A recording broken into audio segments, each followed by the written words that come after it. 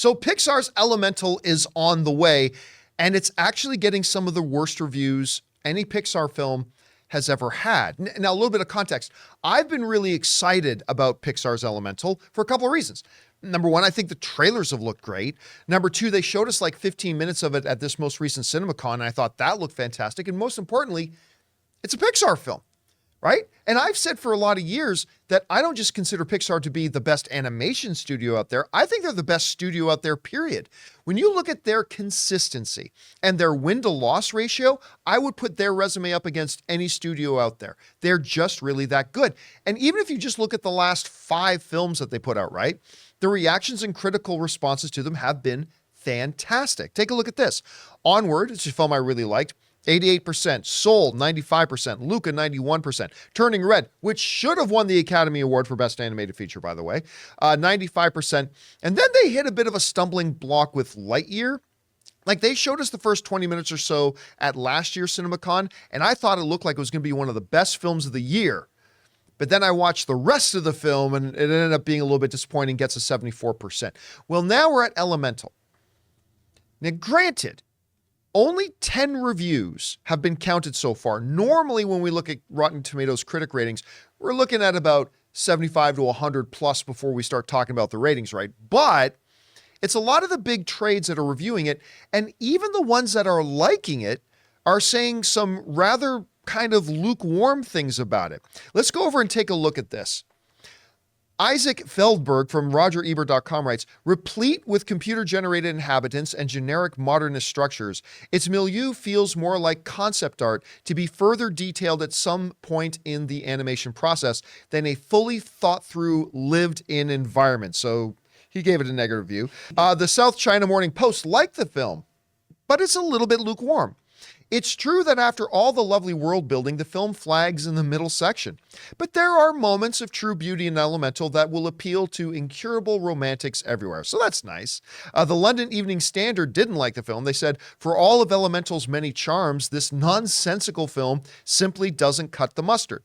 The Times in the UK also liked the film, but again, lukewarm. They wrote a flawed but big-hearted tale of forbidden love.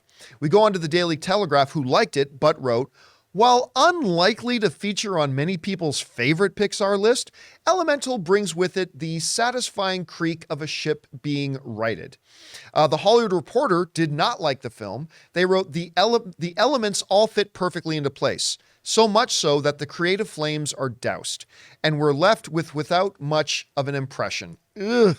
It's not so great. Variety also did not like the film. They wrote, I reckon there are more ideas per second of screen time in Elemental than any other Pixar movie to date. So why does this imagination-teasing, opposites-attract rom-com feel like a misfire? And it goes on and on.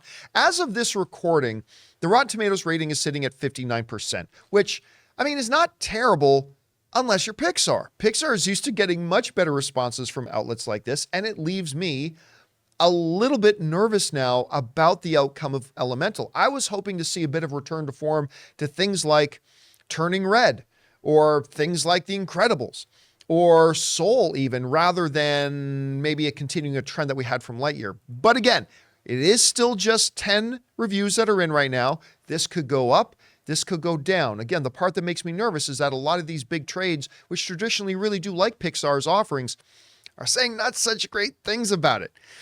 Guys, we want to take a second to thank a sponsor of this video, ExpressVPN. Guys, it is 2023, and online privacy and security has never been more important. You see, every device, phones, computers, tablets, has a unique IP address, which is like an internet phone number and reveals personal information about you. It's super simple for somebody online who knows what they're doing to find your IP address if you've ever clicked on a sketchy link or opened an email from somebody you don't know. Your IP address could become exposed. Now that's where ExpressVPN has your back. ExpressVPN is an app that hides your real IP address and replaces it with a dummy one, keeping you safe and private. And you don't have to be some kind of techie to use a VPN. Guys, it is so easy to use. Just download the ExpressVPN app on your phone or computer, tap one button to turn it on, and you're protected. And if you like your streaming entertainment, here's the coolest part. They let you choose what country you want your IP address to look like it's coming from. This is incredibly useful because services like Netflix and Disney Plus give you different shows depending on what country you're in. So secure your family's online activity and unlock tons of new shows by visiting expressvpn.com/Campea. Use my link and you can get 3 extra months free. That's expressvpn.com/Campea. Go to expressvpn.com/Campea to learn more. Question is for you guys. What do you think about this? Have you been excited about Elemental? I have. I thought the trailers and the marketing have looked really charming. A great sort of, tale about forbidden love and the whole immigrant experience. I thought it looked fascinating, and I think a lot of other people did too, but they're not liking the film. Are you still excited for it? Were you never excited for it? Whatever you guys think, jump down to the comment section below and let us know your thoughts. Hey guys, thanks a lot for watching our video. Make sure you click the thumbs up button and subscribe to our channel. And by the way, we do the John Campea Show podcast every day, so go and subscribe to it on Spotify, Apple Podcasts, or whatever your favorite podcasting app of choice is.